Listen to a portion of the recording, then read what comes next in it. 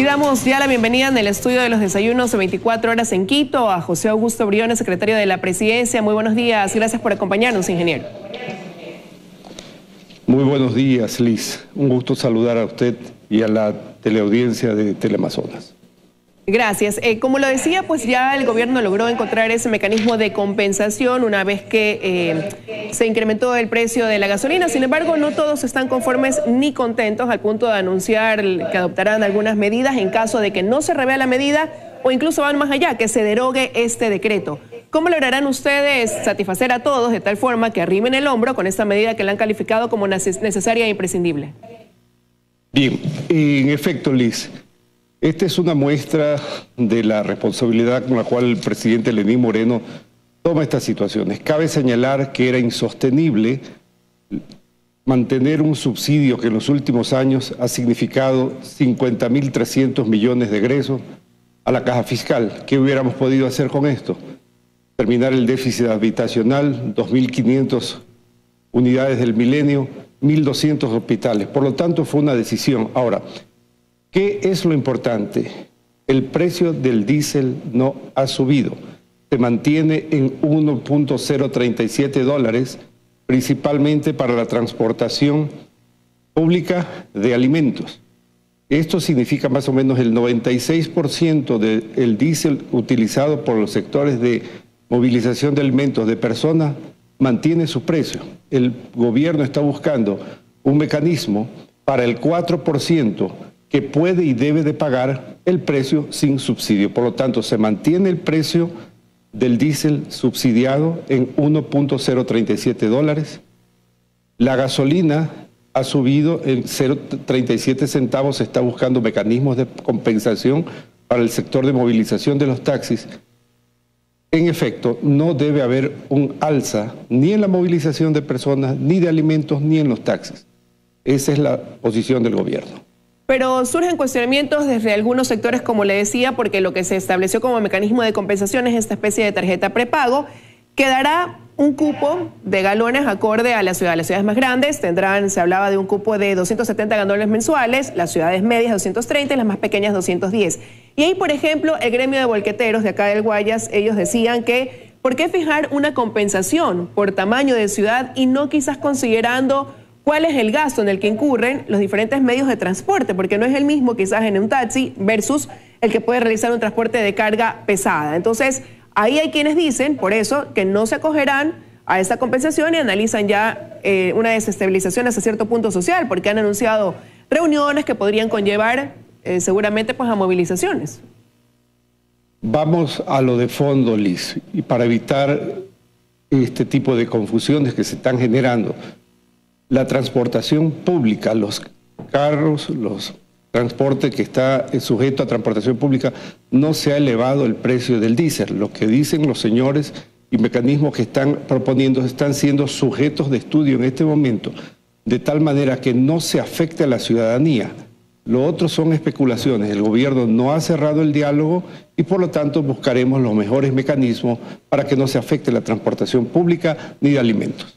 Ahora, el presidente ayer en cadena nacional hizo una advertencia que les dijo que se tendrán que atender a las consecuencias aquellos que precisamente incurran quizás en el alza de los valores de los servicios que prestan.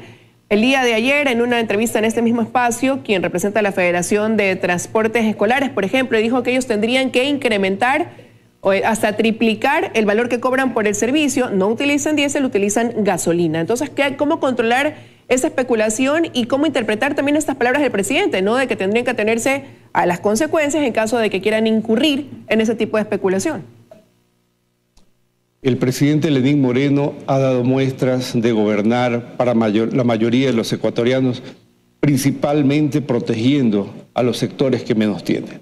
En consecuencia, con su estilo de gobierno, con sus decisiones, si no hay un alza y se están estudiando los mejores mecanismos, no existe razón para que este tipo de amenazas. Estamos abiertos al diálogo, estamos buscando los mejores mecanismos. Los señores que hacen la actividad de movilización de los estudiantes son parte de este segmento de estudio, por lo tanto no es necesario este tipo de amenazas. Y si ellos incurren en algún tipo de actividad que se aparte de la ley tendrán que ser sancionados, como dice el presidente de la República. Aquí existe un gobierno firme que protege a los ciudadanos. Pero lo cierto es que esta medida ha abierto varios frentes ante el régimen. Por ejemplo, los miembros de la Cámara Nacional de Derivados de Petróleo, ellos piden una revisión de los márgenes, aprovechando este momento y las circunstancias de utilidad que dicen han caído del 13 al 9%. Eso por un lado. Los distribuidores de combustibles dicen que ahora el margen de ganancia que tienen es inferior a lo que recibían hace 15 años atrás. ¿Cómo van a actuar en estos casos? Ellos están solicitando incluso una reunión con el presidente de la República y usted me acaba de decir que están abiertas las puertas al diálogo. ¿Cómo lograr en este momento donde, como digo, se abren varios frentes, donde surgen varios reclamos, quejas, cómo lograr que se dé este gran acuerdo nacional donde todos colaboren y arrimen el hombro y sumen para poder lograr que el país también vaya superando esa crisis económica por la que se toman medidas como esta? Usted lo ha dicho, Liz, este es un gobierno de diálogo y nosotros estamos dando muestra de eso. Los casos particulares que usted está mencionando están estudiando. Hay que ver también que los negocios colaterales que existen en los lugares de expendio de combustible, y eso está siendo fruto de un análisis integral. La situación de los subsidios tal como se venían mantenidos eran insostenibles. El rubro de subsidios ocasionaba un egreso aproximadamente de 5.000 millones de dólares en la caja fiscal anualmente. Y este es un tema que debió y debe enfrentarse de manera responsable como lo está haciendo este gobierno. Nosotros estamos dialogando, pero debe tenerse en claro que el presidente Moreno actúa para la mayoría de los ecuatorianos, evidentemente respetando la particularidad de cada sector, y lo estamos haciendo, estamos dialogando con los sectores. ¿Cree que lograrán hasta el próximo miércoles, que han anunciado, por ejemplo, los distribuidores de todo el país, una reunión a nivel nacional para tomar medidas? ¿Cree que lograrán antes de esa fecha disuadirlos de adoptar algún tipo de medidas? Nosotros estamos trabajando con todos los sectores. Más que una disuasión, se trata de hacer ver que esta medida es necesaria y sobre todo no afectar a sectores que son fundamentales para la economía y para el desarrollo social, como tiene que ver la movilidad de personas, de alimentos y otros sectores. El gobierno siempre está abierto al diálogo, pero con firmeza y sobre todo precautelando la situación de los que menos tienen. Pero en este caso sí que quepa la posibilidad de una revisión de la medida ya ejecutada ni del mecanismo de compensación ya establecido y aún menos la derogación de este decreto. El decreto establece una acción de gobierno y en el cual se enumeran una serie de mecanismos que se están poniendo en marcha. La decisión está tomada y lo que estamos es evaluando con los sectores. Vamos a lo de fondo. El transporte público no tiene por qué subir. El transporte de alimentos tampoco. Estamos con los sectores, sea del taxismo, de las camionetas que se mueven mucho en el área rural, del transporte escolar, viendo medidas de compensación. Esos son los sectores que atienden a la mayoría de los ecuatorianos. No hay motivo ni razón para subir las tarifas. Ahora, ¿desde cuándo ya va a comenzar a implementarse este mecanismo de compensación que radica, como decíamos, en esta tarjeta prepago que completará o que cubrirá un cupo determinado de galones?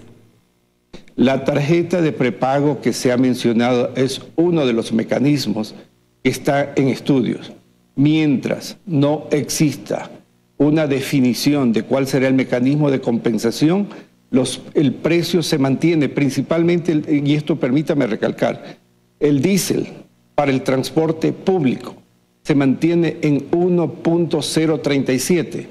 Este diésel, que es utilizado aproximadamente el 96% del subsidio, está orientado a la transportación pública, movilización de alimentos y de mercancías, mantiene el precio. En el 4% estamos buscando un mecanismo para que los que puedan y deben de pagar lo hagan al precio correcto. No es posible que una camioneta V8 4x4 utilice diésel subsidiado cuando puede pagarse. Ese subsidio significa, no focalizado apropiadamente, significa que estamos restando recursos para la educación, para la salud, que son muy necesarios. y en esto somos enfáticos, el precio del diésel se mantiene en 1.037, no hay motivo. Y el mecanismo lo estamos buscando mediante estos mecanismos de diálogo que mantenemos con los diferentes sectores que usted ha mencionado, Liz. Pero para dejarlo completamente claro, ingeniero, eso en cuanto a lo que va a suceder con el diésel, pero en torno al mecanismo de compensación por el incremento en el precio de la gasolina extra y Ecopaís, ya queda establecido que será esta tarjeta prepago que se la otorgará a través del Banco del Pacífico con este cupo establecido acorde al tipo de ciudad donde se la aplique. Liz, el mecanismo propuesto como alternativa de la tarjeta es una opción.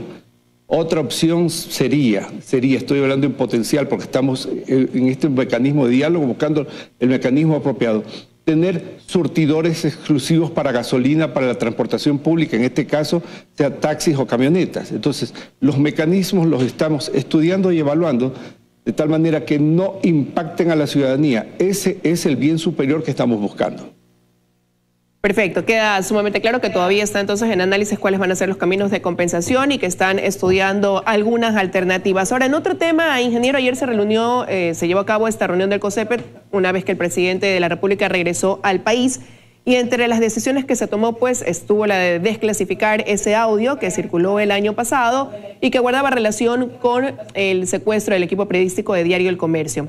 Ahí quiero preguntarle si esta desclasificación será solamente de aquel audio que circuló o si se dará paso a desclasificar toda la información que gira en torno a ese tema. A ver, Liz, en esto es muy importante hacer una puntualización. El COSEPE, el Consejo de Seguridad Pública del Estado, es el más alto organismo que trata de seguridad pública.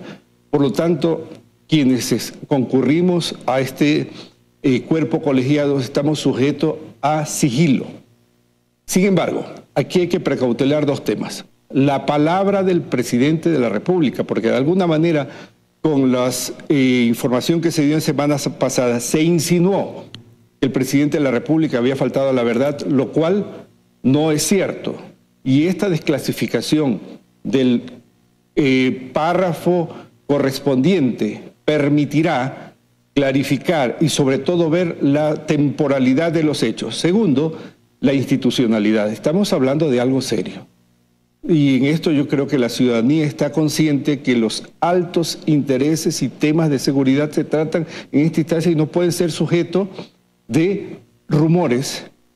Y eso es lo que nosotros de alguna manera invocamos a que estos temas sean tratados con seriedad.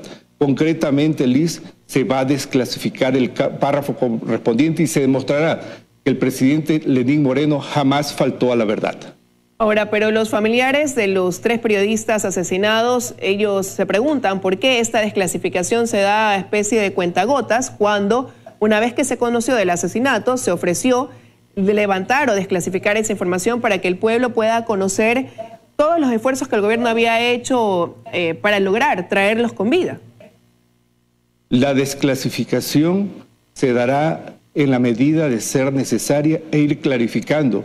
Los familiares, respetando su dolor, tienen todo el derecho de pedir información y el gobierno será sensible y coherente, pero tengamos algo muy claro. Se trata de información de la seguridad del Estado ecuatoriano y tenemos que ser muy serios en el tratamiento de este tema. Ahora, antes de que concluya el 2018, tuve la oportunidad también de entrevistarlo en este espacio y hablábamos sobre las investigaciones que había iniciado la Fiscalía en torno a este tema. ¿Ya ha ido arrojando resultados de esa investigación? La Fiscalía está realizando, ayer justamente en el marco del COSEPE, reunión reservada, se manifestaron algunos avances en esta situación, por lo tanto el Estado ecuatoriano está trabajando en este tema en las diferentes instancias con sus diferentes responsabilidades. Ahora, pero parecería que ya podrían tener más indicios, sobre todo después de la declaración que dio el presidente Lenín Moreno el día de ayer, cuando dijo que él tiene sus sospechas y que afortunadamente esa persona de quien él sospecha pues ya no se encontraría o ya no estaría en el gobierno. ¿Se refería el presidente Moreno a alguien del círculo o alguien que estuvo en el círculo cercano al primer mandatario? No puedo precisar porque esto está en el marco de unas investigaciones que están realizando los organismos pertinentes. Lo que sí puedo remarcar, Liz, es que el gobierno actúa de manera responsable y de manera coordinada con las otras instancias del Estado. Estaremos pendientes de los resultados que arroje esa investigación. Quiero agradecerle su presencia esta mañana aquí en los desayunos de 24 horas, ingeniero. Muchas gracias, Liz, y gracias a la teleaudiencia de Teleamazonas. Que tenga un